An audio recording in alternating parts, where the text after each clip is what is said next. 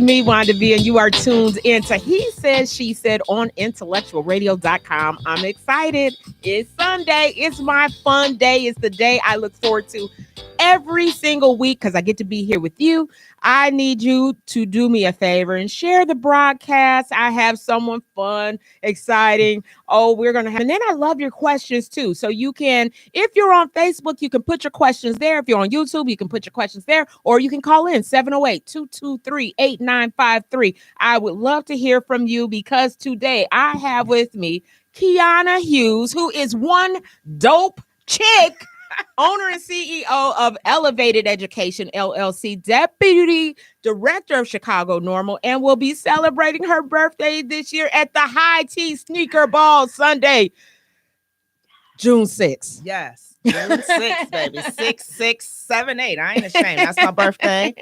And that is my real birthday, is that day. So thank you for having me. That is your actual birthday, That's my June actual 6th. Birthday, June 6th. Yeah. At this sneaker ball, I'm looking forward to it. I've had so many people say, oh, I want to go. Give me more information. Give me more information. So I told you guys she's going to be here and she can break it all down for you. So we're going to hear. And I love how you're always so clever with your names. The High Tea Sneaker Ball. She is the one dope chick. What is dope? What is the acronym for dope? First of all, I love that you still refer to that you still call me that. You always like the dope chick. It used to be two dope chicks. It was me and a friend of mine, but dope stands for developing opportunities for personal empowerment.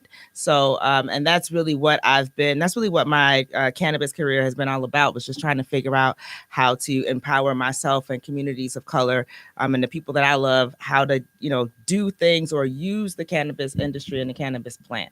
So that's really what we just turned dope into an acronym to mean what we wanted it to mean. I love it. And you guys, before it became legal, you've been on the forefront of this.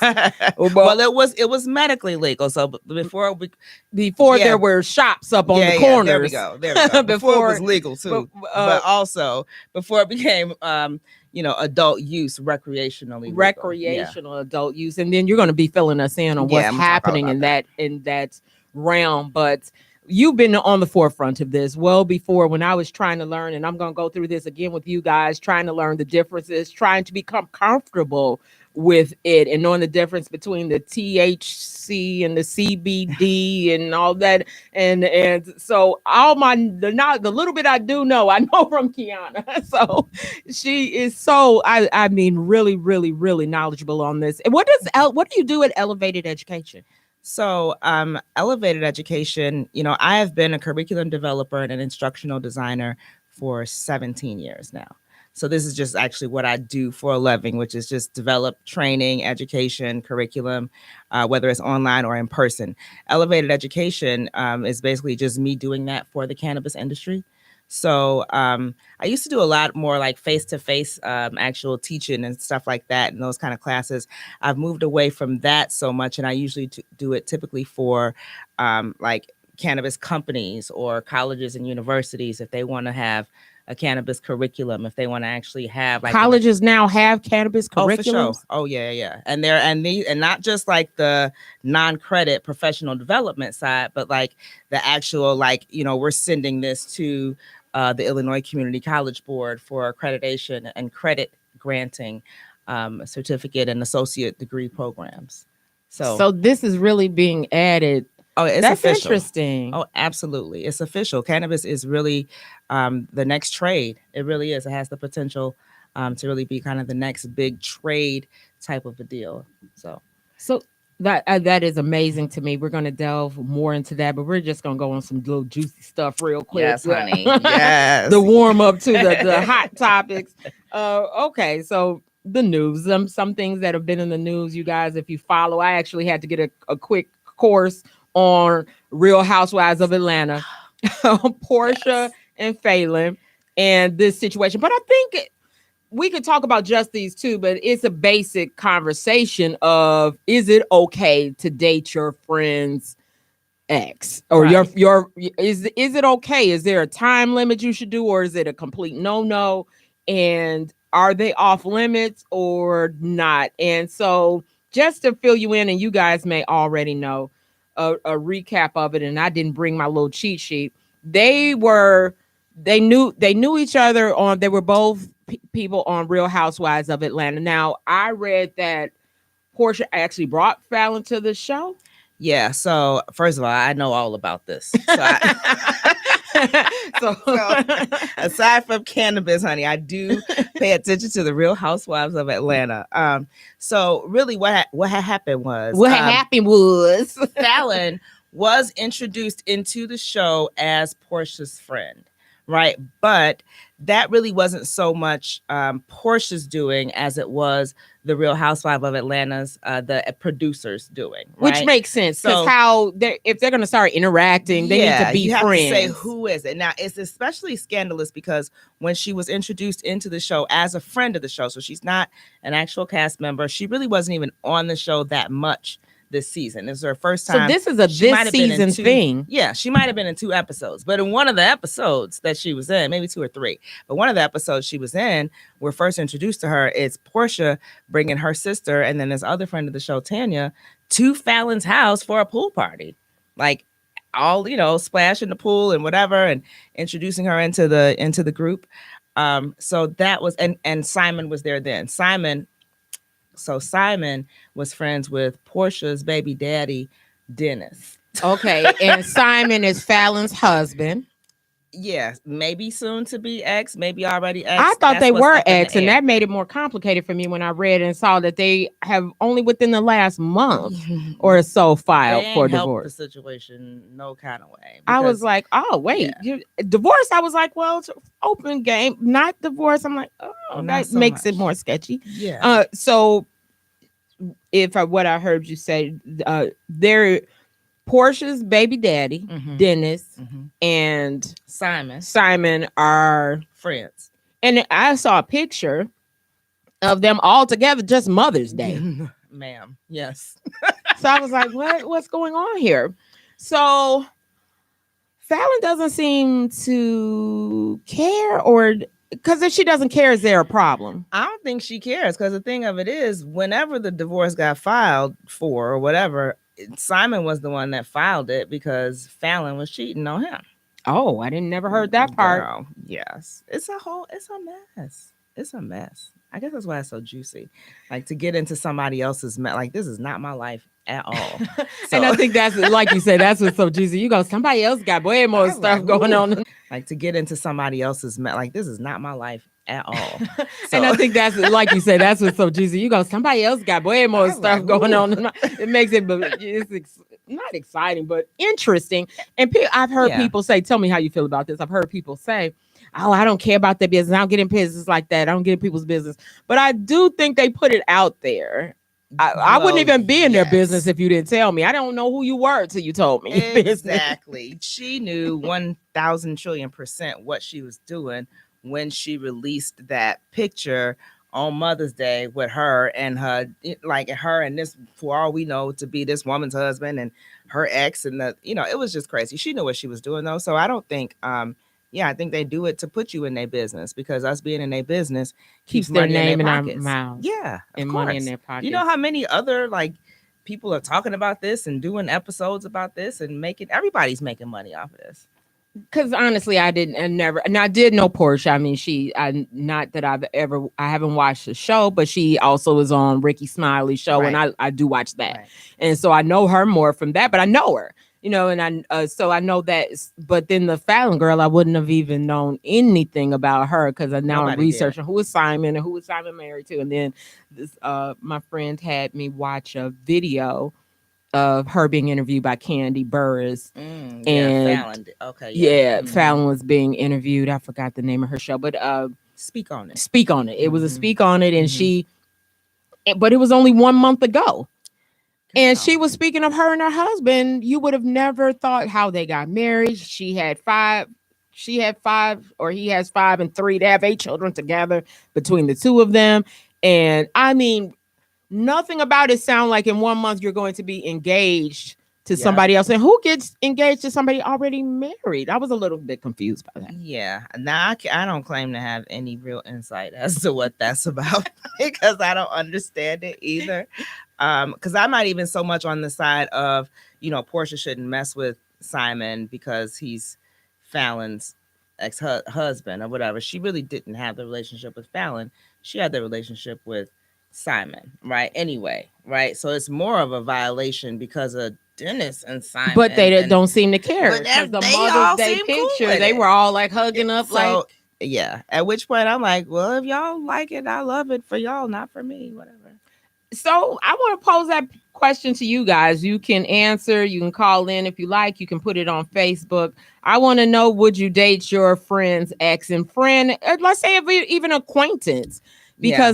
But they have been, so someone told me they really did know each other from the husbands though. So they Yeah. really, maybe not to use it so technical, friends, but they're kind of enough to. It's messy, but I think the part that we all forget is we look at this through the lens of like regular people, right?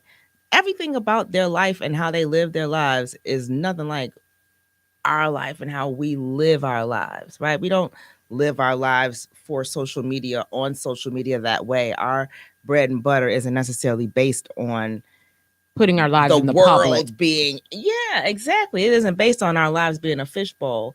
And some people manage that fishbowl better than others. They show you what they want you to see, right? And so, but we looking at it like I would never, and if it was me, and blah blah. Listen, these people, they be mishing mashing and switching and going back and forth. That's just how they roll.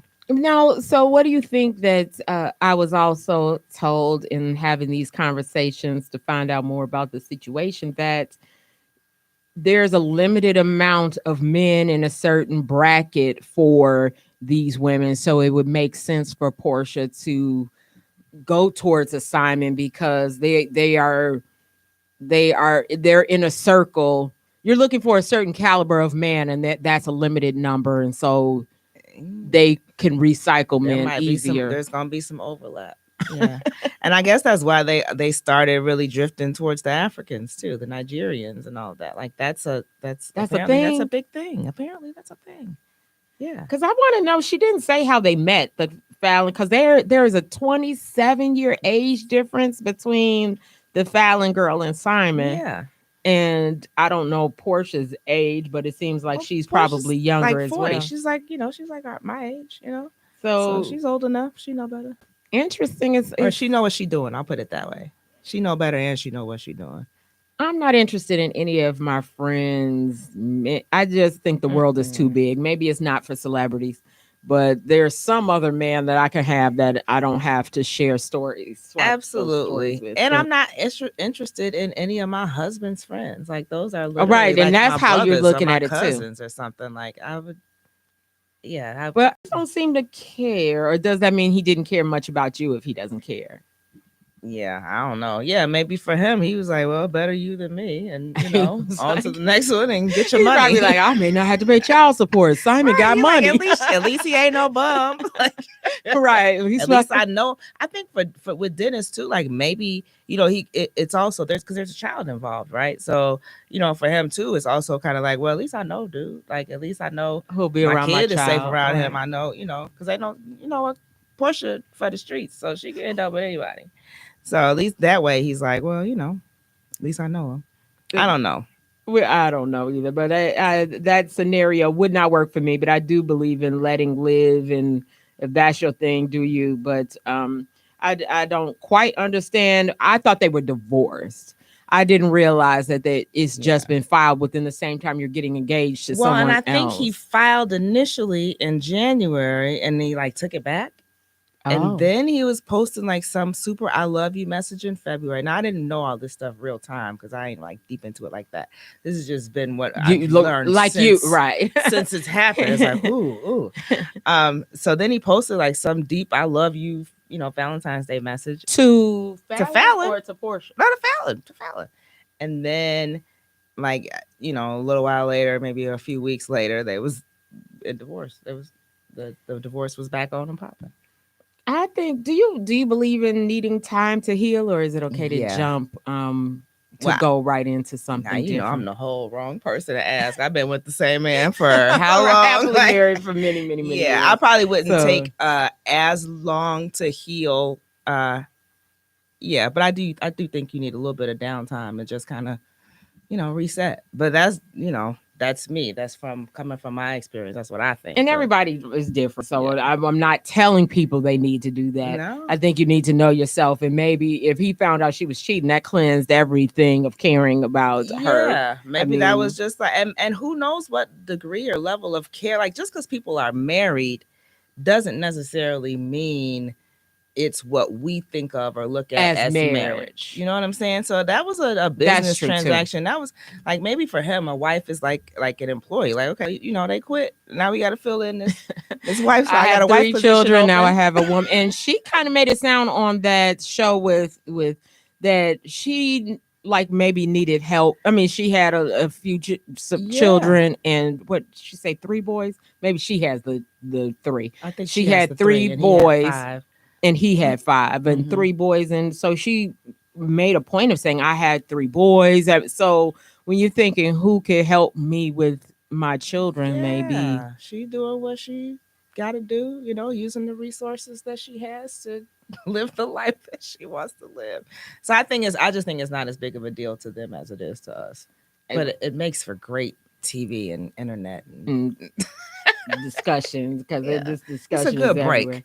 Everybody's been, or not everybody, but there's been a whole lot of talk. We had a ladies' night thing, and the ladies like, oh, Portia. Everybody's jumping in talking about what you think, because if they watch the show, then they know. Because they also told me what you said. Like, well, they didn't really know. She was only on a couple episodes, but they was like, it was presented as she was the friend. Right. And so when you think friend, you think, okay, a friend shouldn't be with the friend's man. But then she explained that actually the producers kind of linked them as being friends. Right. To just that's because she ain't know nobody else. She didn't come through nobody else. And, with those housewives shows, they just look at, okay, well, who's out here? Who got some money? Who's interesting? Who's whatever? Who could be the next one to come on? So they were just testing her out. But I don't want any of my friends, but we all have different taste in men too. I think everybody has different definitions or there's different levels to what a friend is. Like, that's true too. That's the thing. I only count my 2 best friends when I say friend. Everybody else is on some other level of a friend in this, but I still even would do it with associates. But those 2 ladies, when I think my friends, right, they're like my sisters. Exactly. So, it's like, yeah, that's gross. Right. I don't even think like that. I've never seen any of their men as being someone attractive. Even they're like become brothers when they're with them. Absolutely. But I know that's not the same for everybody either. So right. And that would be whether my friends were married or in long-term relationships, or this is just, you can come through here and do them like Kleenex. At the moment that they're introduced to me as your whatever, then that makes them off limits, certainly for my friends. And I always say I only got 2.5 friends. So but that's what right. And I think too, like you said, it also would have to be if they actually had a real relationship. There could be people that they didn't actually have a real relationship, or if it goes way back, like if they were with the guy, my high school sweetheart. I'm not going. I don't even remember it myself. So I mean, I'm not going to be like, you were with my man. I can't believe we used to go together. We had kissed that time at the football game. Yo, with my man. No. I do think there's levels and explanations. There's a lot more to like. Sure. Like, but my ex-husband with my children now I'm gonna be like, oh no, like, okay, now you just nasty. No. Why would you? That would bother me, and I think I would question how long has this been going on? Right. What else is behind this? Right. It would cloud our. And I'm not trying to own people, because I know people say you don't own someone; they can love the same. Absolutely. But it really does bring some other things into your relationship. And I would hope, and I would think that it would be different if. Because I will say this, you love who you love, right? So actually, if y'all brought it to me and we had that conversation as adults, like, yo, we didn't plan this. It wasn't going on while me and you was whatever. But, this is how we feel about each other. And, we just want to make sure that you understand. You know what I'm saying? Just whatever. That would right? make it way much better. If you're my friend, if either one of y'all love me, we should be able to have that conversation. And I could see me being mature enough to be like, word, okay. I agree, because if they put it, good. I agree with you. It would be if you all were able to say, you know what, we need to talk to her and tell her. Yeah. And then they tell me, and then I really Yeah. do want to see my friends happy and my ex happy. And so Exactly. I'm I also not the kinda- type to be like, well, if I die, Robert's off limits. Like, no, you know what? Whoever makes him happy, however he finds his happiness. and I'm not gonna be here anyway. I ain't gonna be here no way. Right. I'm not gonna. You're never gonna be me, so it doesn't matter. Thank you. That part is solid, so I'm not worried about that. But yeah, like I've seen that happen or heard about that happening. Right, somebody will die, and then like the brother or sister or the best friend or the whatever hooks up with That happens. That it really does, because they become comfort for each other, and I get it. And you were okay with that? Am I okay? I don't know. I guess it depends. There's never been anyone like super duper like close to me or yeah, I've never actually had it happen, but I sometimes think I know like Biden's son, where now you make it complicated with our children. Like my auntie is now my cousin, and I'm like, but they same thing where the brother died, and then the brother hooked up with the ex, or they weren't ex. She's a widow, right? The widow of his brother's widow, and how it kind of tore the family. Yeah, because I get it. That would be complicated, but I do think it's about how you handle it and how you prepare the people in your life that will care about that. Like here's the thing: people on the outside, they're gonna make up the story that they want, and they're gonna say, that's gonna be what it is, right? But as long as within the household and within the relationships there's transparency and honesty and understanding, and we could work through these feelings and whatever, then that's cool. It's just that when people find out, when it's a sneaking thing, or when it, you know what I'm saying, I think that's where the biggest issue comes. Or I find out on TV, or I find out when it's presented in a messy way, like then it's like you could have handled that better. That's true, because now I doubt if you handle this in a sneaky way, it makes me now go back to how now it makes too many questions. If you got rid of every question by sitting down with me and answering every question that I have, and you're comfortable enough with this, I'm sure a lot of people would be better in the situation if it was handled differently. Vicky says, hello, Vicky. The men don't care. Dennis is like, I'm done. You can have her. Simon just wants another notch on his belt. They have already rumored on Wendy's Hot Topics that he has cheated on Portia already. Lord. And maybe there ain't no such thing as cheating on Portia. Yeah. Maybe they just have an arrangement of some sort. Come on, because he's only known her a month. Because they said it was quickly. They said that their relationship is kind of whirlwind, so they don't barely even know each other. Yeah. Well, they were friends, so I think know. And I also think they trying to get out in front of something. Like I keep hearing this, that maybe she's pregnant, or whatever the case may be, or that it's just for a storyline, right? This is all just. These are what they want us to know about what's going on with them. But, there's some behind the scenes. She is on a reality TV show. So they all are. Yes, I'm never going to, fall hook, line, and sinker for everything that they serving up.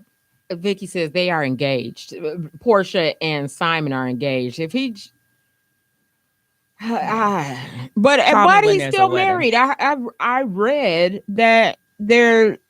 To be engaged, how do you overlap engagement and marriage? He should you're not even finalized, right? He gave her a ring. Like he's rich. Well, yeah, money's nothing to him to give you a ring and then say we're engaged. To be engaged for them, like you know what I'm saying. But that's true. Like you say, I'm thinking of it from how I envision engagement means we get married next year, right? Engagement could be forever, and they break up before they ever become a. We could watch that all play out on season 14 of The Real Housewives of Atlanta. And maybe that's the whole setup to have a spinoff with Portia. Well, she got a spinoff coming anyway, but there will be a for something I forget, but it's not supposed to be about that. That was supposed to be something that was already in the works.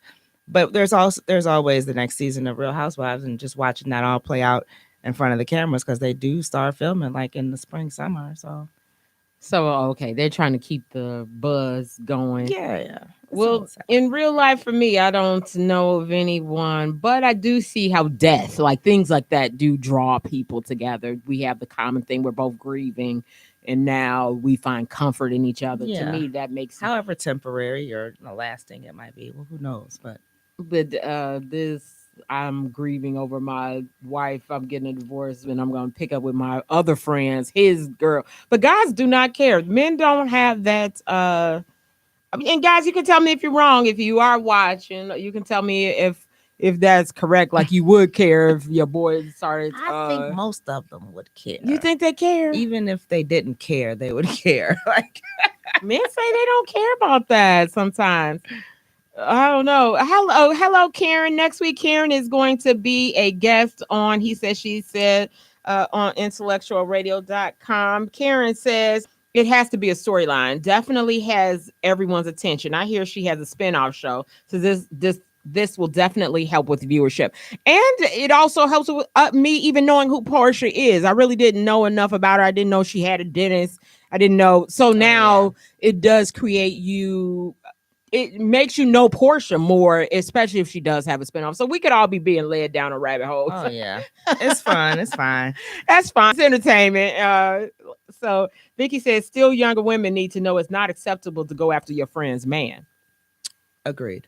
But that's any age, because I do think that lesson is not just for young women, because so there are women of all ages who feel like, well, you're not with him anymore, and why this good man? I need it. I've seen that happen. You should want somebody.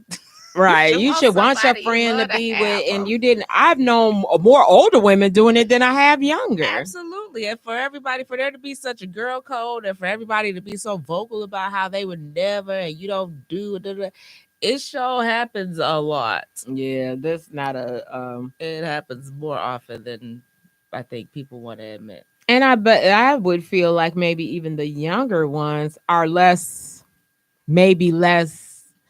They could walk. It would have more of a transactional thing to it. The whole union in the first place is not it's not as deep as our idea of marriage. They're real transitional. They real like I used to think about like when back in the day when I used to watch Grey's Anatomy when I first started watching. I love Grey's Anatomy in the beginning. But did you notice how like everybody was just sleeping with everybody? Like they just crisscross back and forth. Being in love with each other and sleeping with each other. That's almost every soap opera you listen to. But only now am I realizing this actually happens in real life. I really thought that was TV, because you can watch any TV show on one or Beverly Hills 90210. These two are together, and the next thing you know, these two are a couple, and then these two, and then what is the other one that was at night with women who live on the block? Oh my gosh, I can't think of women that live on the block. They all lived on the block together, and it was a very popular show at one time. It had Terry Hatcher in it. Desperate Housewives. Was that Desperate Housewives? Yeah. Why does that sound like that's the name of? But they also, he was with her then, and next time you know he's living in the house with this woman. Yeah, right. I remember. And so there was a lot of flip. I was like, "What? Do y'all only know the men on the block?" I mean, girl, they just switch up back and forth. But hey, now we're learning that this is real life, and I thought they were just it was extreme because it was TV. But well, you know what? We thought that was some white people stuff. Yeah, that's more what it was. Because we were like, I hurt you. Like we don't really take kindly to white this people kind of stuff, and now we see that there are some black people that's doing it too. That's truly, that's true. That's exactly what it is. I was like, man, they do that. And not thinking. I think money and is a class and money type of thing too. Like I do, you know, they like to keep it together. That because that's what. My one friend was saying to me that she felt like it's also a circle that they're in, that they kind of operate within that circle. Almost like you're vetted, right? Like you as the woman have to be vetted of being, you know, within this circle or being quote unquote worthy of this particular type or group of men, and those kind of birds of a feather flock together. Interesting. Vicky says men care, but they still sleep with you, but not respect you, and most times won't marry you in the long run. Yeah. Oh yeah. Now, Karen says I wrote a song for one of my plays entitled "The Grass Ain't Green on the Other Side." You'll have to give me that song for a show. I'd love to hear it. We'll have to tie that into Karen's an author or playwright. Exciting. I'm excited to have her on next week to discuss her books and her plays and everything that she does, and now music. I didn't even know she wrote songs, so now I'm learning something new. So very interesting. But as you all know, I have Keana here, and she is an expert on everything cannabis in my eyes. I mean, way before people were really doing all this investing and different, you would give the penny stocks, the cannabis, you would give the stock tips. I Yeah, mean, the you were old before dope your show. time, and so many things that you've done. Definitely with that show, man. That was Yeah, it was a precursor to this time frame. I mean, if it weren't for your show, it I wouldn't be as comfortable when it became more mainstream, being more knowledgeable. Right. You definitely Right. empower people with knowledge on the topic of cannabis. And so, if you have any questions about that, this is the woman who can actually answer that. Vicky says you are correct. All ages shouldn't. I said younger because they're learning. Our age group already knows better. That's true, Vicky. You're right. Yeah, you said they already know they doing wrong. You better Right. educate these young ones that this is not how Exactly. this is not how it should go. Right? We got to be teaching them, but they're more open to. It seems to me these It younger does. children are kind of more open to this free love Yep. of some sort No, you're right. of. Like polyamory or poly or yeah, they more like have like group dating kind of, you know what I'm Right. saying? They Like, don't date one person. They all hang out in groups and do there's no one-on-ones. It's like everybody. yeah. And I don't think that's all. I'm not saying that that's No, it's certainly necessarily not. set. Not Right, everybody. I'm not saying I don't mean to imply that because it's just that they move differently than we do. Yeah. It was men and women, and you don't do this. Our parents had a lot more stay away from him, stay Right. away from them, boys, girls. Now they like, Well, and they're more Uh, comfortable with like gender fluidity or That's true, sexual, too. like bisexual or whatever. Like it's nothing for my daughter to be like, yeah, so and so, yeah, she bisexual, so blah blah blah. And you're It- like, that's so commonplace. this is y'all just okay. Oh yeah, he came out last year or whatever. You're like, oh, And that's something that would alrighty be then. hidden, forbidden to talk about in our day and age. And my son in 8th grade or 7th grade had a child that was transitioning. Yeah. The kids didn't know. The mother told me. I thought the boy was a little not different, but it just seems I don't know. I don't even know how to place it. And then later, the mother told me that she was transitioning from into being. But the boys, I never mentioned it to my son because I Sure. didn't.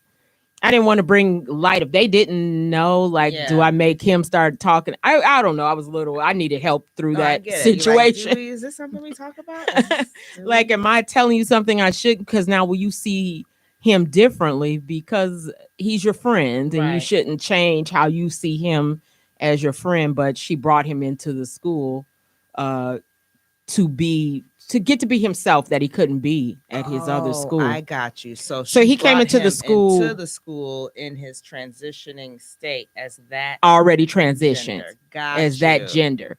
So the Okay. kids didn't never knew the child other- as the other gender. Yeah. And Okay. so- I don't see why it has to be anybody's business until they, Right. And I certainly kind at of that at the age. time didn't wish I was like, why she Why you tell tell me? Right.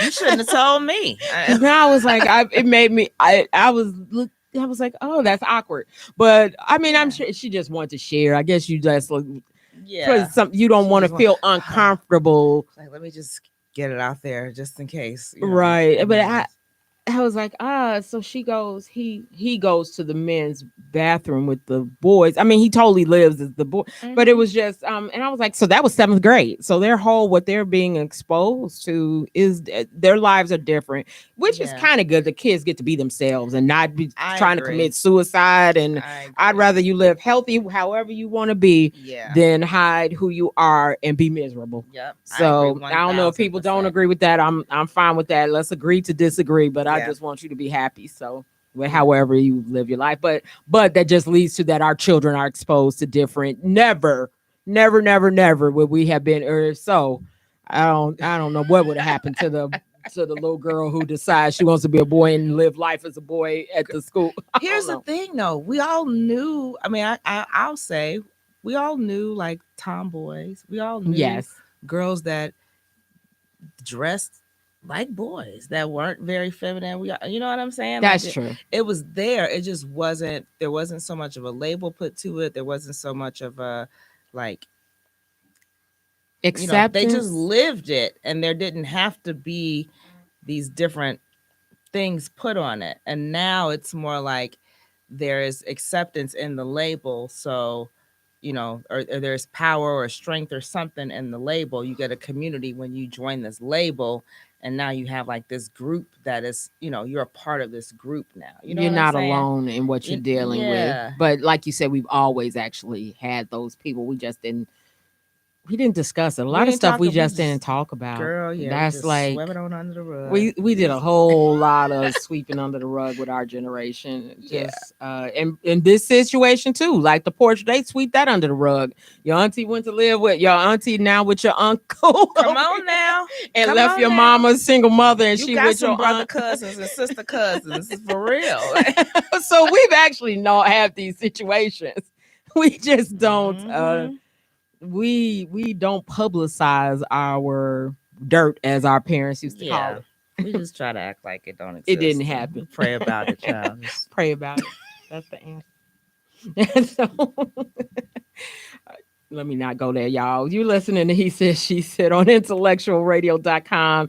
And I have Keana Hughes here. And I would love if you have any questions about the cannabis industry. This is the lady, but she's going to be giving us updates on what's going on with the current legislation with it, the recreational adult use, how it's because I'm still a little bit confused as to, so can you walk down the street with it? I mean, is it legal now to even sell it on the street? Because I know some people, we have a show here.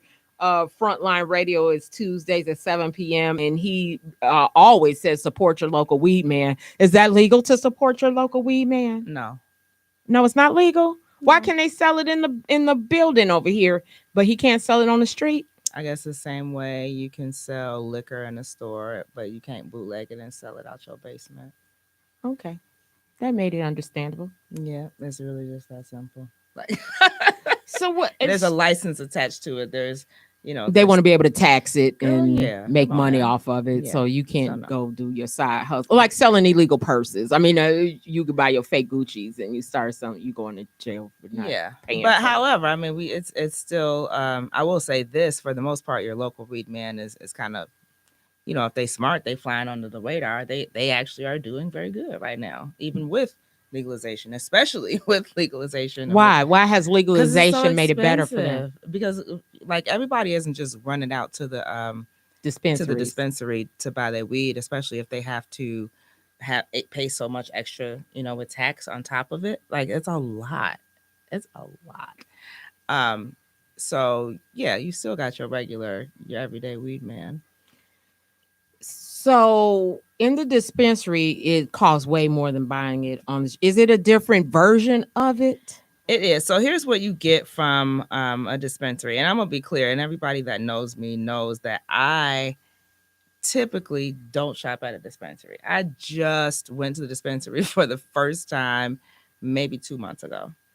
But the difference really is because when you go to a dispensary, you have some guarantees that, what they say it is what it is, right? That that product has been tested. It's going to have a label on it. That label is going to tell you that, what kind of pesticides it was tested for, what lab it was tested from. It's going to tell you what the content of the THC and the CBD or any other cannabinoid that's present is going to tell you. What is a cannabinoid? So THC and CBD are cannabinoids. Those are naturally occurring chemical compounds in the cannabis plant that makes it have all of its different effects on the body, right? And you have what's called the endocannabinoid system in your body already that responds positively to different cannabinoids that are found in the cannabis plant. So some of them are used for different things. Some of them might make you sleepy. Some of them might increase your appetite. Some of them might be helpful for anxiety or for pain or any different variations of things that could be wrong with you, right? And you have different receptors in different parts of your body that have that cannabis will work better for so there's different. I think I've heard strains. So you strains. Have to get strains, not strands. Don't let people say strands. It's strains, but you good.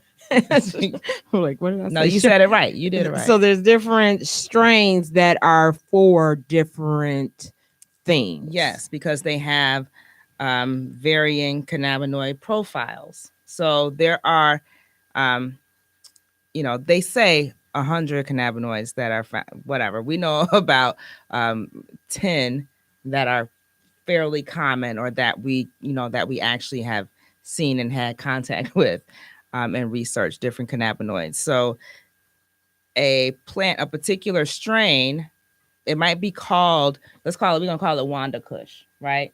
Wanda Kush might be known for its, for making you relaxed in your body. It might be known for being good for like inflammation and pain and, let's say, anxiety, right? And so that's really because the Wanda Kush strain has different cannabinoids in it that are good for those things. Okay, you know what I'm saying? Yes, I do. But the thing about the strains and the strain names, and I won't get too deep into this, but strains and strain names, they're not standardized across the industry. So people are making them up. People be making them up. People be calling stuff something that it Kush may or here may is not not be the same as Kush over here. Like there's no standard Kush. Kush is what? more of a classification. Don't even get me Okay. started on that. But there can be some consistency, right? Because you can get the seeds and the genetics from, if you can get the seeds and the genetics from the original grower, right? And different growers will create their own strains, right? And then they have a lot more control over that. But if it's something that was that originated like in, I don't know, in Egypt, or you know what I'm saying, or somewhere, it's like a recipe. Ecuador. So you don't have the exact recipe. By the so time it's not going to be here, the same. It's going to have some of those characteristics, maybe some of those qualities, but it ain't really necessarily going to be the exact same thing. But if you know what your cannabinoids are, if you know kind of what's in it, then you can look for those same things in something else. And that just kind of circles back around to what's the difference. When you go to a dispensary, you actually have an opportunity to, see what's in it, right? Because it's been tested, it's been evaluated, and that's part of what you're paying for too. Is to have that, to know for sure that what's in this has this specific say that word again. Cannabinoid. That's a funny word. Cannabinoid. Has exactly what you say, because if you bought it off the street, you really don't know. And you don't know what kind of pesticides that were used on it, or what was what's the nutrients that was put into it, or whatever. Like that stuff is more standardized within the industry, it's more regulated, right? For licensed entities, you can't use, there's a whole list of pesticides and things that you can't use. So when you buy from a dispensary, none of these pesticides have been used. Right, exactly. The other thing too, and I want to point this out, is that you remember, like, not too long ago, there was a big controversy about the vape cartridges. Yes. So the problem with those is that people are making them at home. People make them on the street and they sell them, right? And they can sell them in the same packaging and make it look official. Is Juul one of those? Well, Juul is more for tobacco. Oh, okay. Right. Juul is more for nicotine, tobacco, but I'm talking about like for weed, right? There's a vaping for weed. There's absolutely a vaping for weed.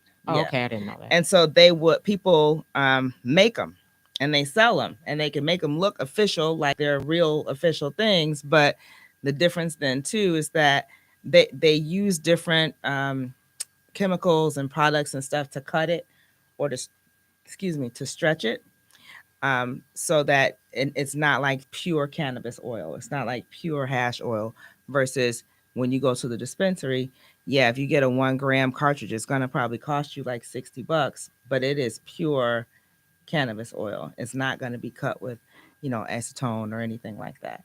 Acetone, like nail polish remover? Yeah, there's some kind of acetone, something chemical compound that they was cutting stuff with. And so that's why people were getting sick off the vape cartridges. Okay, guys, if you have any questions with this, because I'm telling you, so knowledgeable, we can learn a lot about the cannabis industry. Yeah, there's a lot. Vicky says, okay, so they sell CBD creams and oils to take orally for joint pain and anxiety. So it's better to buy weed at a dispensary at that strain needed. Will it help you better to smoke it? So as far as the CBD thing is concerned, any CBD that you get outside of a dispensary is going to be hemp-based CBD. Hemp is also a type of cannabis. It's really the same as weed. It just doesn't have, it has less than 0.03% THC in it, right? So that means, like back in the day, they would have just thought that would have just been some whack weed, right? That would have been some weed that didn't really get you high, but it might get you relaxed or whatever. But we ain't really like that, right? So CBD that you find outside of a dispensary is going to be just based off of or derived from that. When you get stuff in the dispensary that has CBD in it, it's going to have CBD plus whatever other cannabinoids are present in that plant. Whether that plant was used to make a topical or make an edible or make a pill or an inhaler, whatever it came from the whole plant versus just isolating, just taking the CBD out of the plant and making. That's the stuff you can get out in the store. The stuff that you get in the dispensary is going to be more effective because it's more potent. It's more at its purest form. Well, because cannabis as a plant or as a medicinal like thing, it works better. It works based on something called the entourage effect, which means you need all the different components of the plant to make it work. They all work together for the good, like they say in the Bible.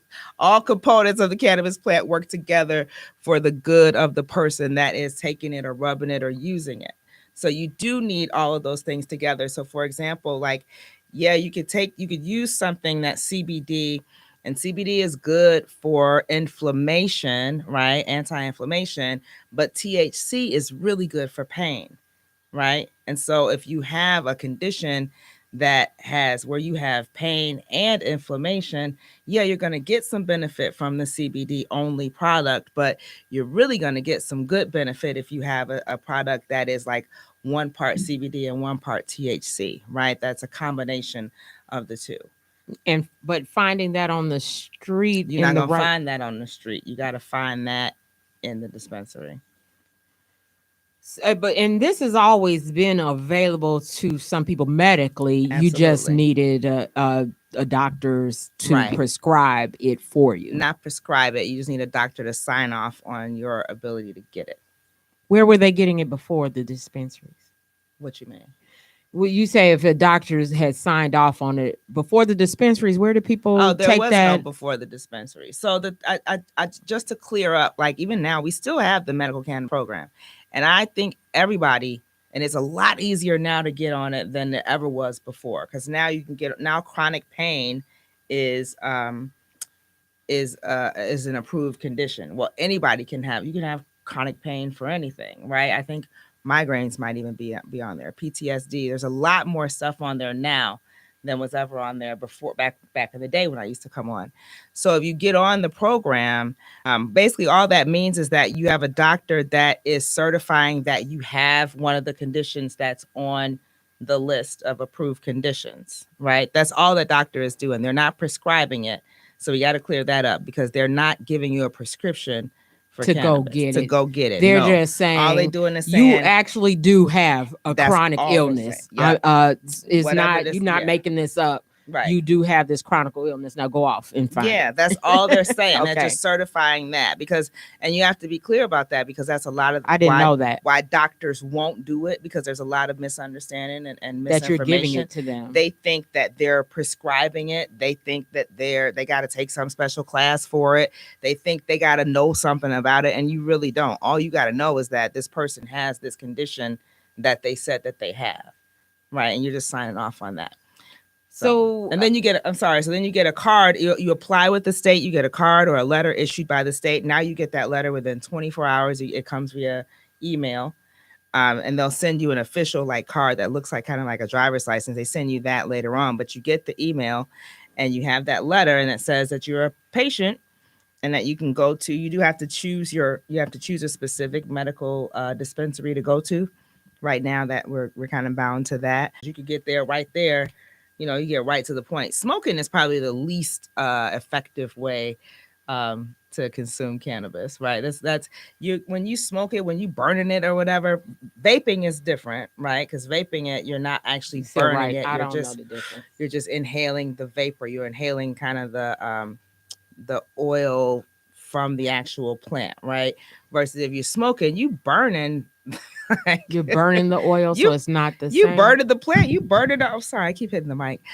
You burning most of the good stuff. Most of the good stuff is out in the air in the smoke before it even gets down into you. But So that's vaping just it is actually better for vaping you. it is better. Edibles, eating it, taking it as a pill or as a food or an oil or a tincture or something like that. That's best. Think about that as like taking a pill, like taking medicine, right? Like, yeah, you could rub some Bengay on your arm. If you got a pulled muscle or something, yeah, you could rub something on it, and that's gonna give you some relief. But if you take, some ibuprofen or some whatever, that's really gonna give you even more relief, longer lasting relief than just what you rub on it.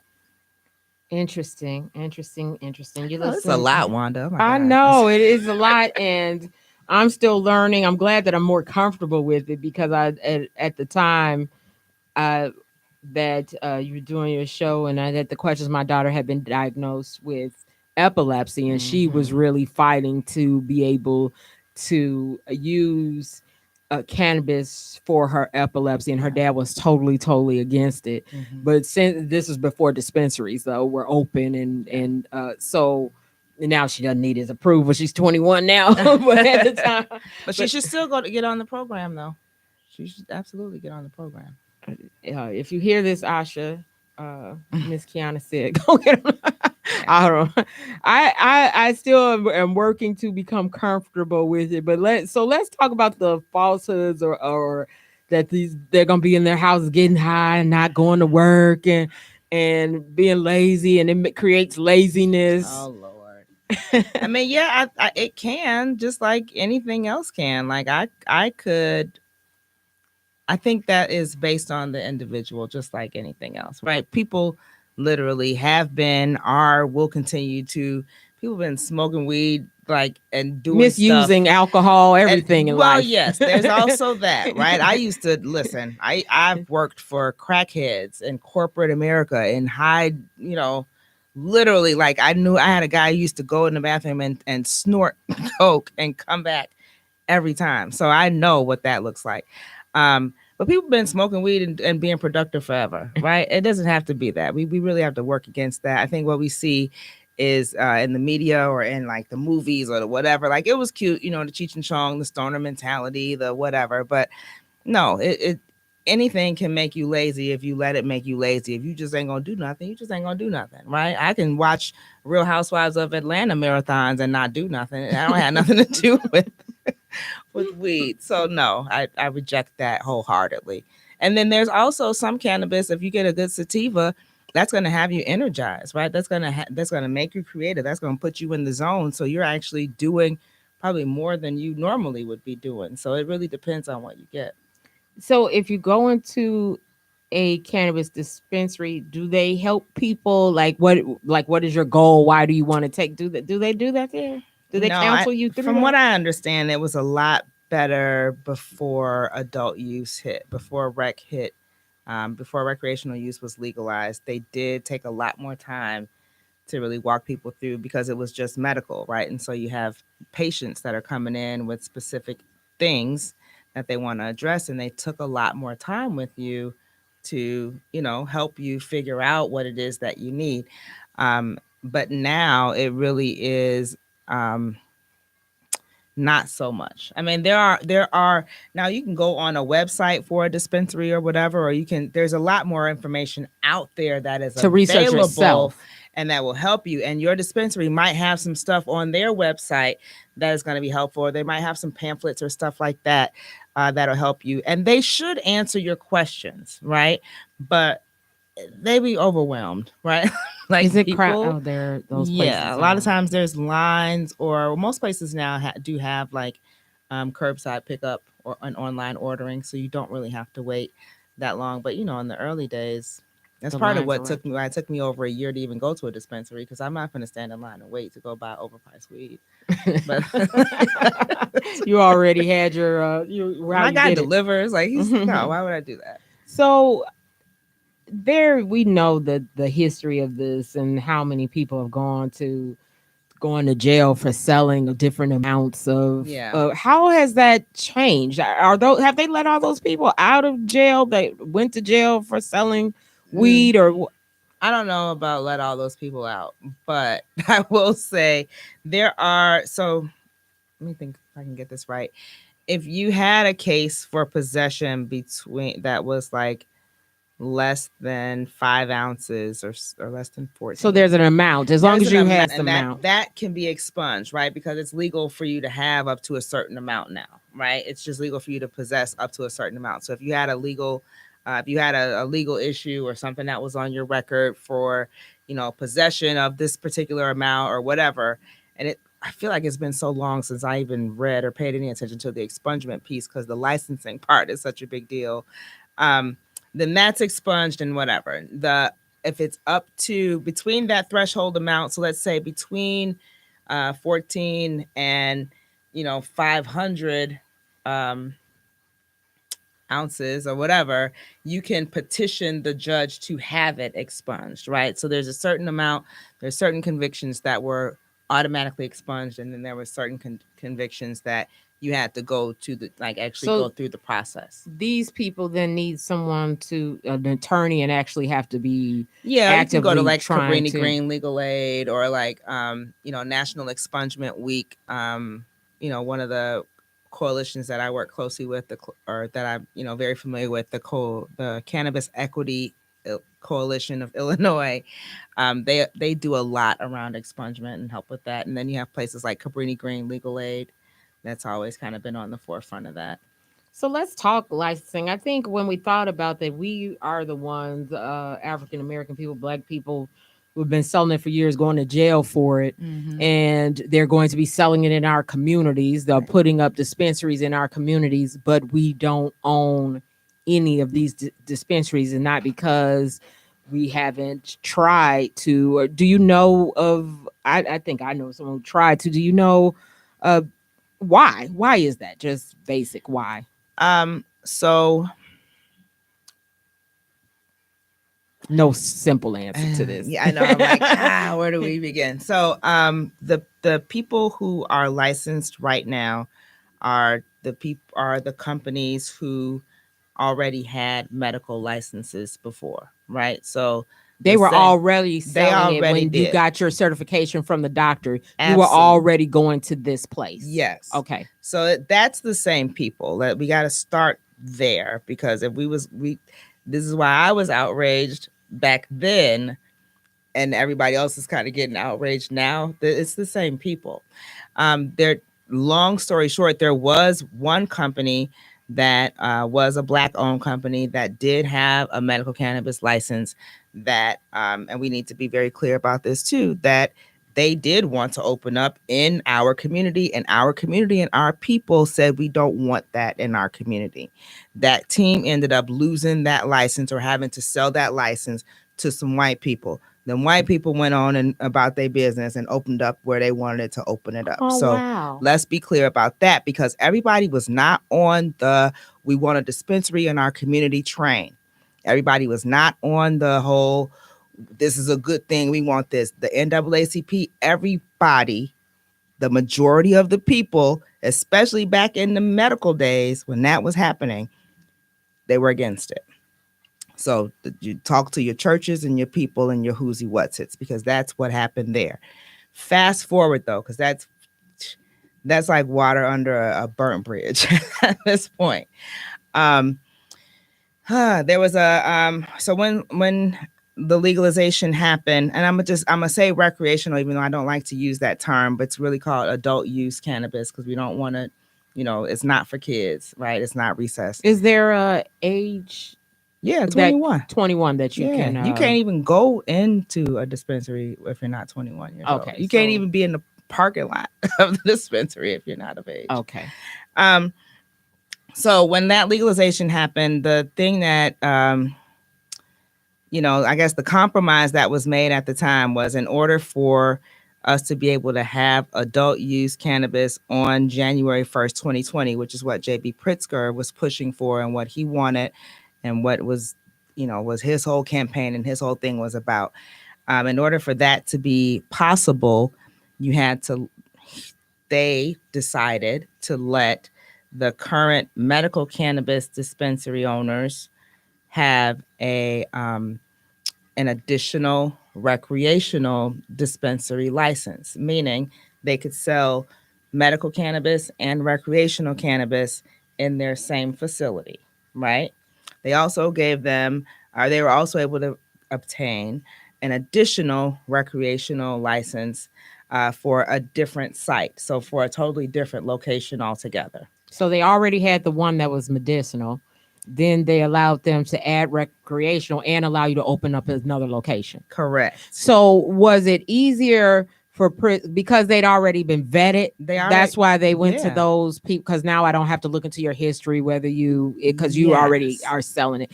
And because he wanted it, what did he have to gain to push it to start January 21st? Was there a reason? January 1st, 2020.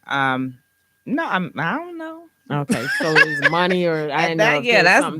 That's above me. That's beyond my pay grade, and and I think lobbying has a lot to do with it. The industry absolutely has a lot to do with it, because you have to remember too, the medical cannabis industry always felt slighted. Our medical cannabis program was crap in terms of actual number of patients. When you say who is our? The state of Illinois, right? We had this gold star A+ legislation or program, but we literally only had like maybe 12,000, 14,000 patients, right, throughout the entire state. So they had invested all this money and did all this stuff for this medical program that was never living up to its promise and wasn't making the money that they had anticipated or that was projected for them to make in the first place, right?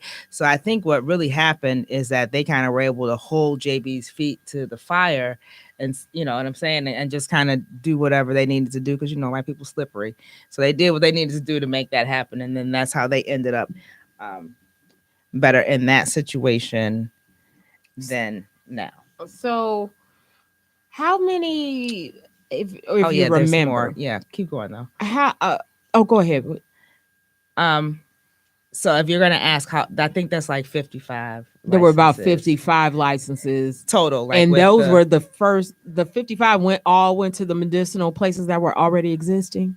That includes that number, right? So that's the total number that exists of those licenses now. There were 75. So this is where our stuff come in, where the new licenses comes in. So there was supposed to be 75 licenses that were, that people could apply for. All recreational or adult use, not anything medicinal. Not medicinal. That's a good distinction too. 75 recreational licenses that people applied for last year, right?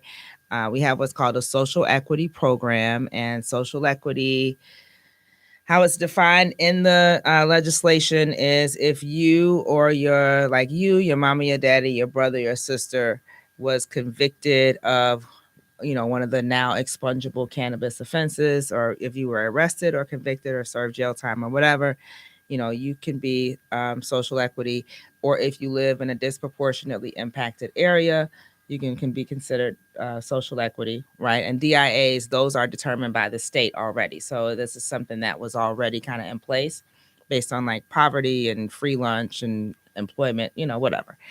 And then the other part was if you were a company who employed, if 51% of your staff was from a disproportionately impacted area, then you qualify as being social equity.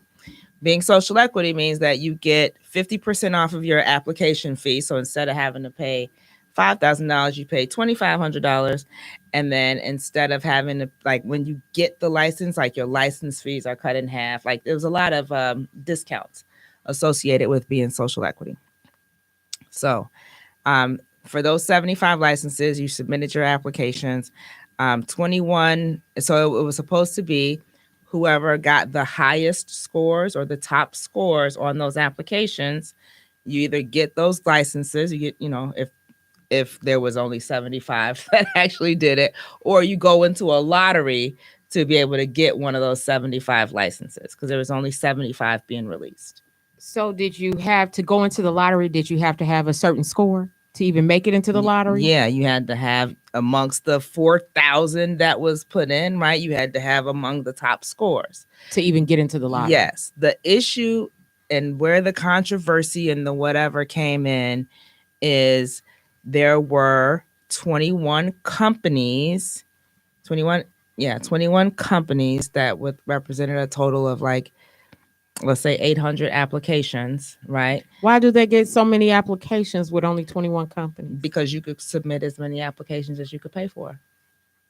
Oh, that doesn't seem fair. You can only win up to 10 licenses. You can only get up to 10 licenses at a time, or period, right? But you could submit as many applications as you could pay for. Which the grades, then you could get a high grade and you're the top of the.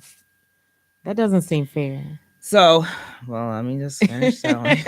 So, however many hundreds, and I'll be wrong on the numbers, but what I do I'm know not holding is you to the numbers, but I know this about this 21 companies, and I know this because I am a part of 2 of those companies. So I want to be transparent there too. 21 companies achieved perfect scores on our applications. Any of them black? Yeah. Okay. A lot of us are black. Out the 21 companies? Yes. Okay. Mm-hmm. Received perfect scores. Mm-hmm. And then what happened next? Well, nothing. They're not at the top of the list in the lottery. Girl, no, because why did they even have to go into a lottery if you? No. We didn't have the lottery yet. Then what happened was the lawsuits, because yes, there are some black companies. There are some good, wholesome, regular, people like myself that are represented within these companies and on this list. There are also some unscrupulous, not nearly as black as they purport themselves to be. Very, very much moneyed up. There's some other people on that list as well. So of the 75, and there was discrepancy. Let me say this too, and there was some discrepancies and some whatever as it related to the scoring aspects of the thing. Were they scoring everybody fairly? They weren't. I'm gonna put it to you this way. So my company, Elevated Education, I was doing 2 of the exhibits were about education and training, right? So I have clients that have my exhibits. I use basically the same template for all of those clients. So my exhibits are in 20 of those applications that are in the list of perfect scoring applications. I have other clients though who, for that same exhibit, they might have lost like 1 or 2 points on that exhibit. One of the teams that I am on, we have applications that scored perfectly, and we also had submitted that exact same application, maybe under another entity or just in another whatever, and that did not get a perfect score. But if it's the same exhibit, it can't have been graded equally if it doesn't. Right. It's perfect over here, but over here it doesn't pass. Exactly. So that is a thing. So there was some discrepancy about that. So then who does the grading? Oh my God, Wanda. So girl, I'm just trying to learn. I'm trying to figure this out. Oh Lord, they gotta make it make sense. It is okay. So then there's this company.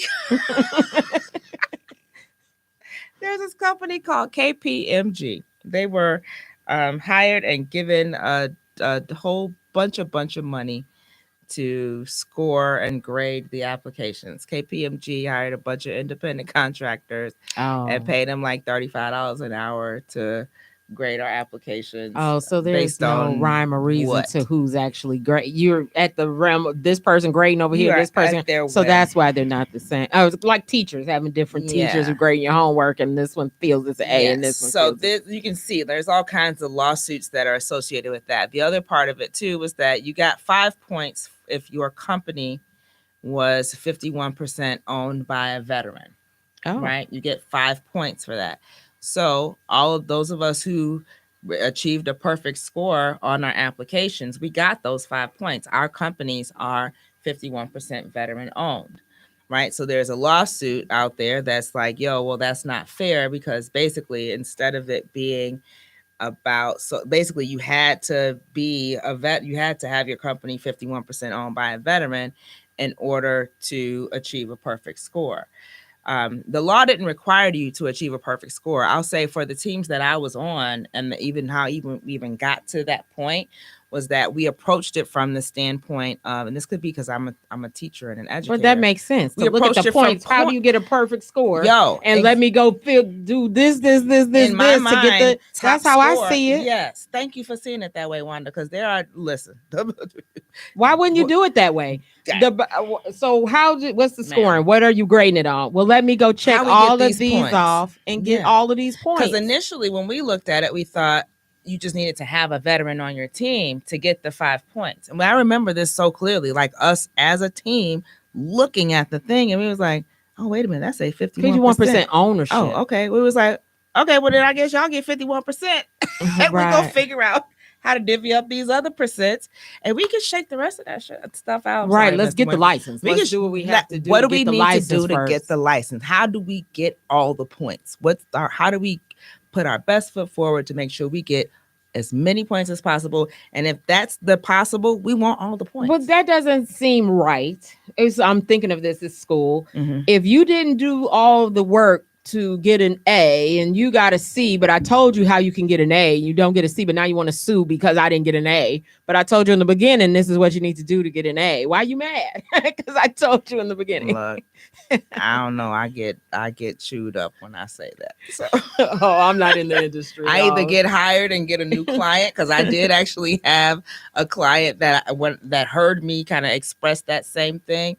And they had put together a whole incubator, and they were helping people, apply for the thing. And none of they people get licensed or didn't get not licenses. Nobody has licenses yet. Don't say that.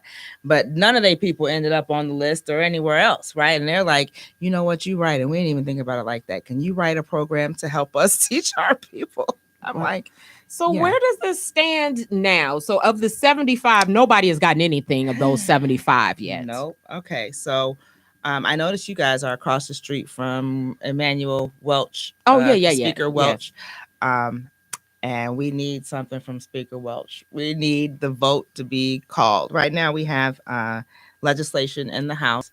Where it stands now is we had to kind of go back to the drawing board and adjust some things as far as the actual law was concerned. Because to be honest, the law in the way that it was written, all the people that are on that list, all the entities, however many applications they got, the law said they could apply for as many as they wanted to, right? It was done according to the law as it was written. Okay, so that's that. So you have to kind of honor those, you know what I'm saying? The people that paid their money and did their application and did whatever it was they were supposed to do based on that law, right? So the thing that happened subsequently is there was a supplemental deficiency period, which meant that, everybody that got whatever scores on their applications, they got a chance to fix their applications and resubmit it. That doesn't seem right. It ain't. But because if I got the 100%, girl, listen, and I got it in by the deadline, and now you get extra time to go make yours be right, that's not fair. Right. But what you're never going to be able to fix is your ownership structure, right? So if your stuff wasn't 51% owned by a veteran, because there were some times where there were points that were missing that people should have gotten, right? So you want people to have a chance to, because the scoring was weird, and we all know who these people are that scored it and whatever. So they did kind of my bad on that, right? So they gave them a do-over on that. But you're absolutely right. And this is where where I wear dual hats, right? Because I'm on the list already. Y'all should have been just let us have this little lottery so we could figure out what the hell and keep it moving, right? But everything is held up now.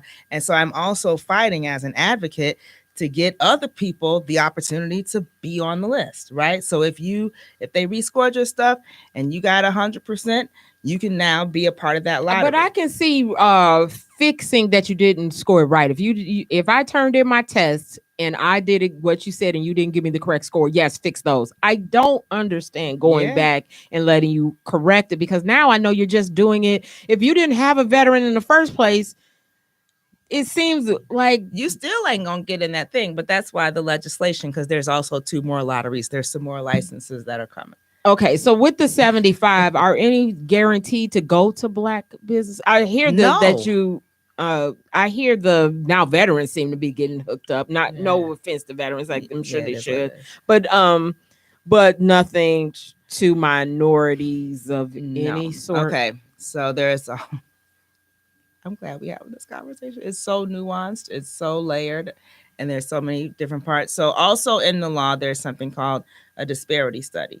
So what was supposed to have happened was last year these licenses were supposed to be awarded under the social equity program. We was going to be up and running with these dispensaries and whatever. Then they was going to do a study, this disparity study, to really highlight and show, okay, now that we did this social equity program thing, let's see what it looks like. It was still going to be messed up, right? We are in no danger of things getting fixed so that the disparity study doesn't show that there's a real disparity. But you can't have, my understanding is that you can't have a race based set aside type of a deal, unless you have the data from the disparity study to support it and to show it, That right? makes sense. So otherwise it's unconstitutional, it's illegal, it would never fly, right? They couldn't just come out the gate like, we're gonna make this many for black people. You have to prove the case You that have to prove the case. So what they did, and the reason why our social equity program is not based on race, is in order for that disparity study to be valid, right? It has to it has to be based on a race neutral approach, right? So that's why social equity is based on, your social justice impacted, justice impacted. So whether you've been to jail or, somebody in your family or whatever was impacted from the war on drugs, or it's based on like class and economics, right? So if you come and from a that'll trickle down to being black, just that it does. that equation Yeah. of who's socially who mostly fall into this, not just because white people gonna get it too, right. I mean, it just is what it is. But we have the greater chance of that being about us, but we can't do any specific set asides until after that disparity study thing is done. So but when the do you whole expect thing has the been held up. disparity Well, study? it can't happen until we award these 75 licenses, right? Wait, so why do you award the licenses before you know who you're gonna give the licenses to? Let me tell you this. No. Let me be clear. There's 500 total licenses that we are slated for our state, right? That's the baseline. Illinois 500. Yes. For recreational use. Yes. Okay. So think of these first 75. That was supposed to create the sample, right? Because right now there is no black ownership of the thing, right? So that was supposed to create the sample by which the study was going to be based on. Okay. So the 75, they're doing the disparity thing off of the 75. Yeah, but they haven't been issued yet, so there's nothing. So you can't even do the study.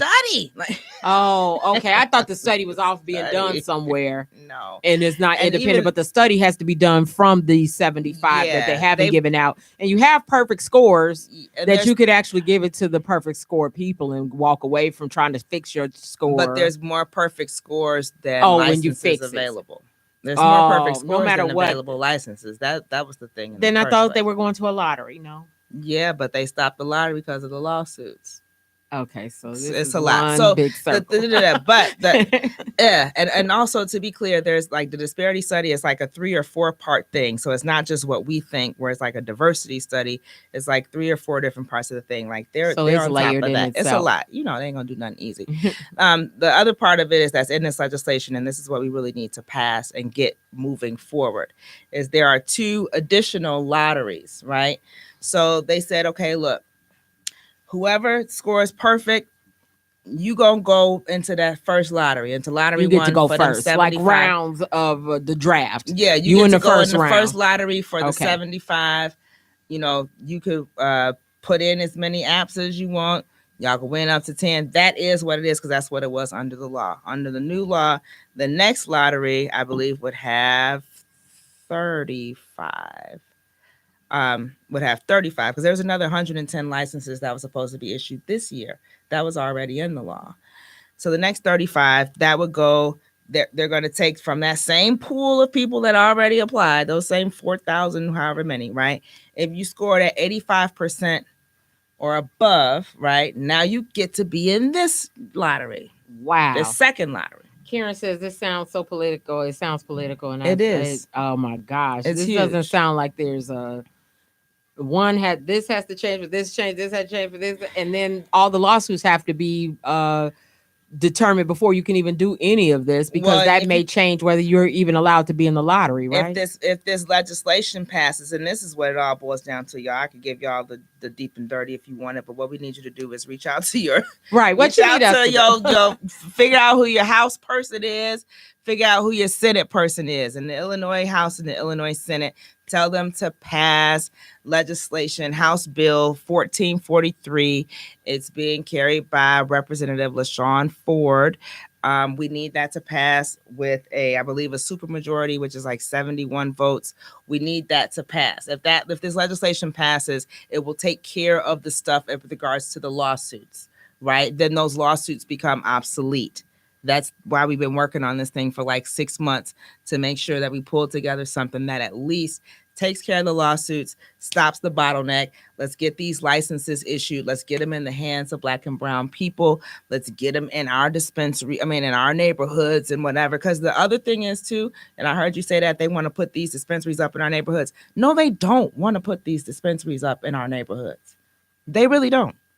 They don't have to. They want to put them up in the Wrigleyvilles and the Lincoln Parks and the Napervilles, and they want to put them downtown. They want to put them in, the West Loop. They want to put them in the bougie places so they can make have these big high value properties. They want to make the Apple of cannabis stores or whatever. They're not trying to put them in the hood. We trying to put them in the hood.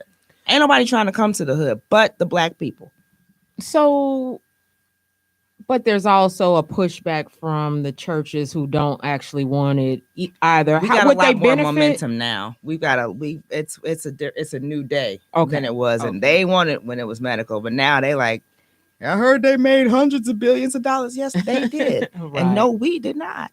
Okay, so now they're coming around the benefits to our neighborhoods because we're buying it in. Girl, now the churches is applying. Some of them is applying. Churches are applying for. Well, not churches, but you know what I'm saying. The people, the pastors, the deacons, all the interesting, the no weed people.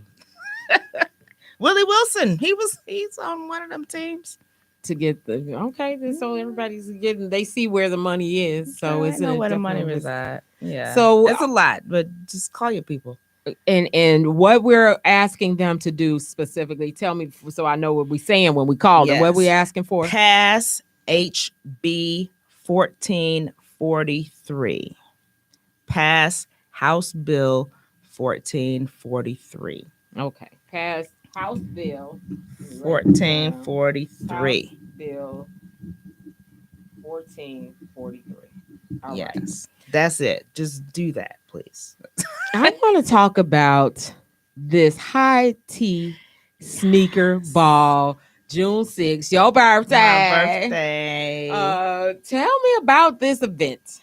You know what? It was just a brainchild that I had one night pillow talking with my husband. So it's sponsored by my company, Elevated Education, and my husband's company, Sunshine Hughes. He designs custom tennis shoes, right, and apparel and all kind of stuff. So I wanted to have a party where we would wear dressy clothes and formal, after 5 cocktail attire, but with dope sneakers with really fly and flashy gym shoes. So the sneaker ball concept, I didn't make that up. Somebody that's been around for a while, but the sneaker ball is going to be an event. We will have first of all, I have Chef Manny Mendoza, who is the owner of a company called Herbal Notes. He also won his episode, I believe it was episode 5 of there's a Netflix cooking show called Cooking with Cannabis. Khalees I've seen that. Was the host. Mm-hmm. Yes, I saw that. So he is on episode 5. He won his episode. He represented for Chicago. I've been to plenty of his pop-up dinners, but he's going to be our chef. He's going to cook up some infused and non-infused, like appetizer and hors d'oeuvres. He's a great great chef.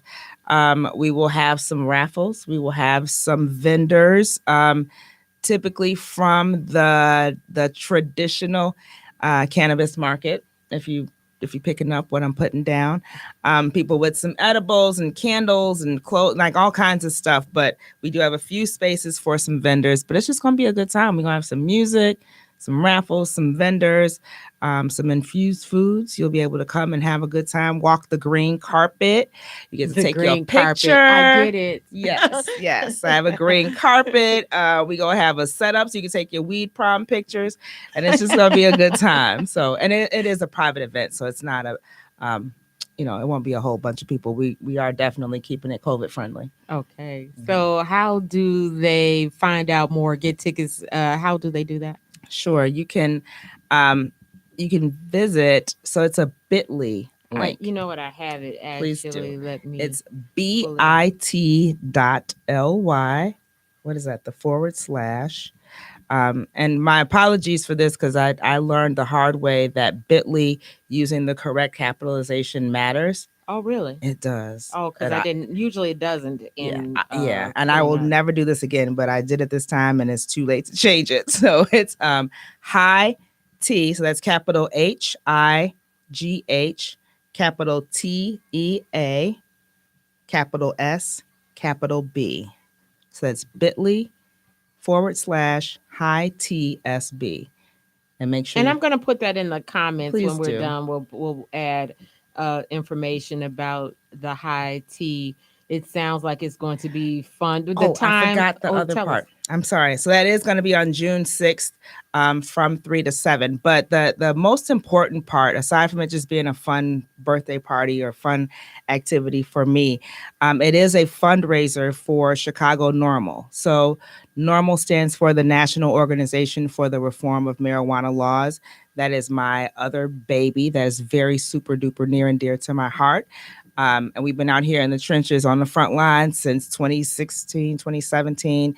And our mission is to empower communities of color to destigmatize the cannabis plant and use it as a vehicle for health, wellness, and economic empowerment.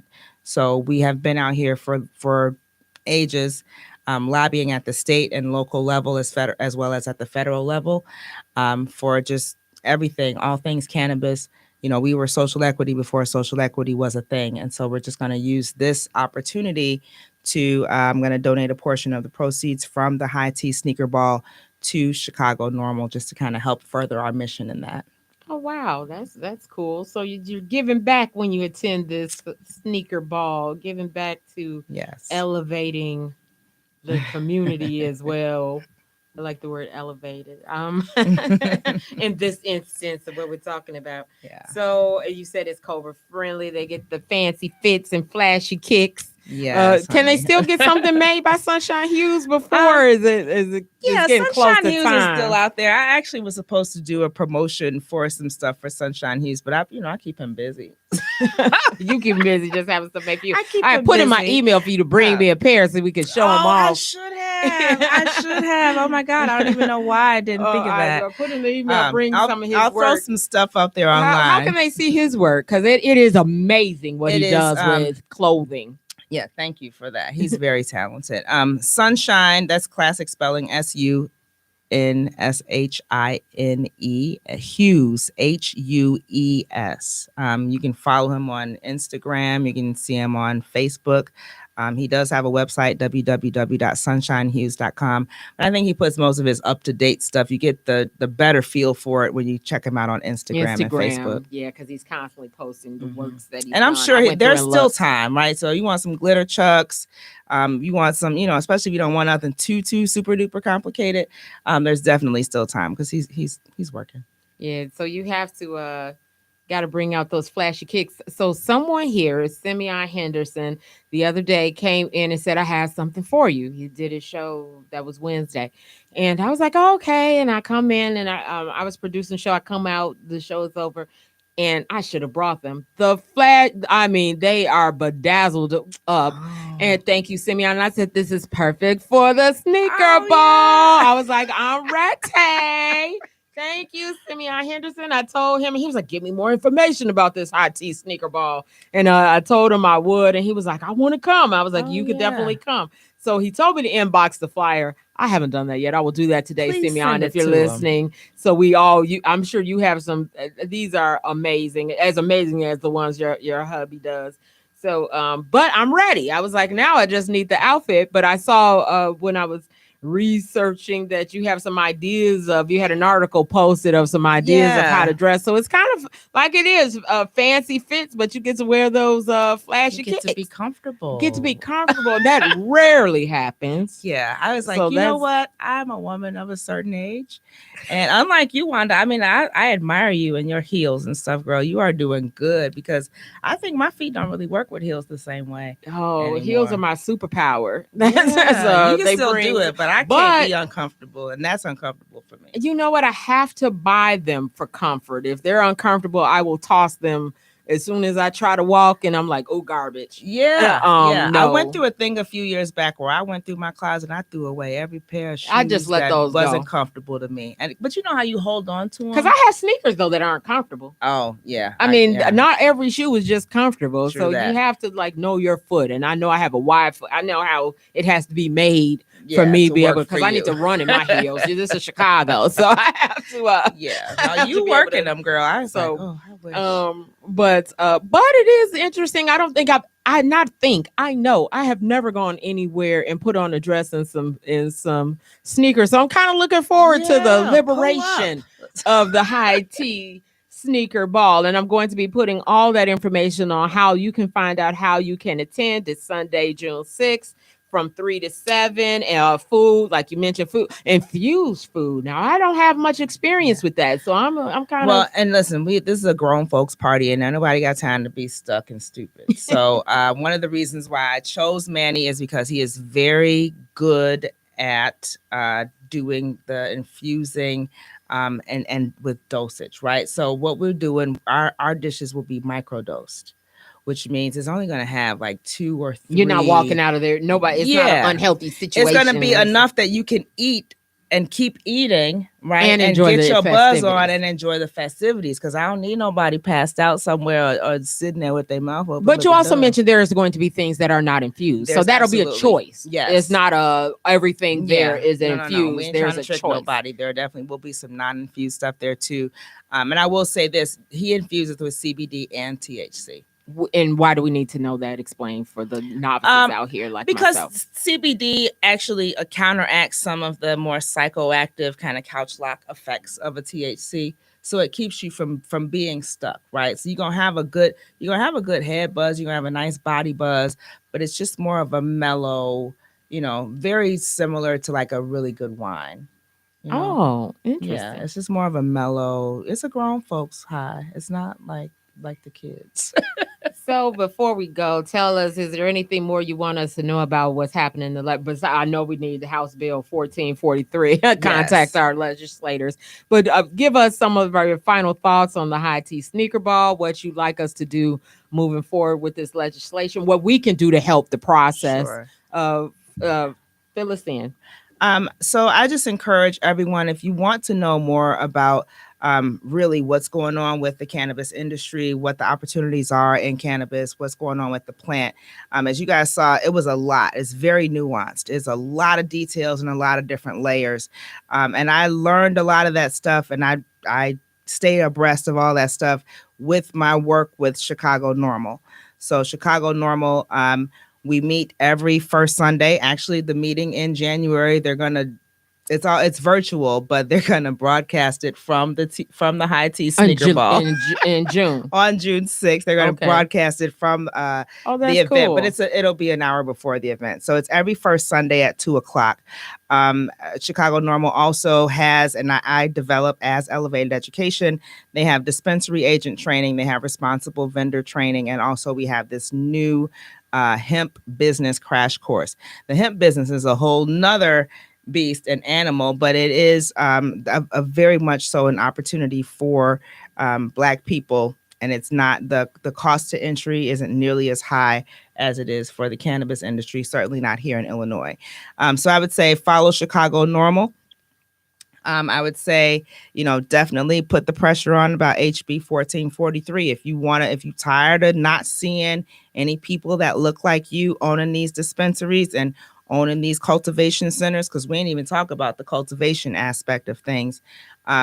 You definitely we need to pass 1443. There's even some provision for the 5 remaining medical licenses to be specifically awarded to social equity applicants, right? That's also included in there. And that's really where a lot of that big money comes in. So there's a lot to it. Follow Chicago Normal, pass HB 1443, tell your people, tell your Illinois Senate, tell your Illinois representative, and just and come holler at me at the High Tea Sneaker Ball. I can't wait to see you guys there. It's going to be a great time. We're going to have some great 90s R&B and hip hop, which is my favorite kind of music. So, this has been great. I think that's all I got for now on. Oh, thank you for coming. It's good catching up because I used to get my dope every month, my Mondays at 8 when you fill us in on what was happening, because that is so cool.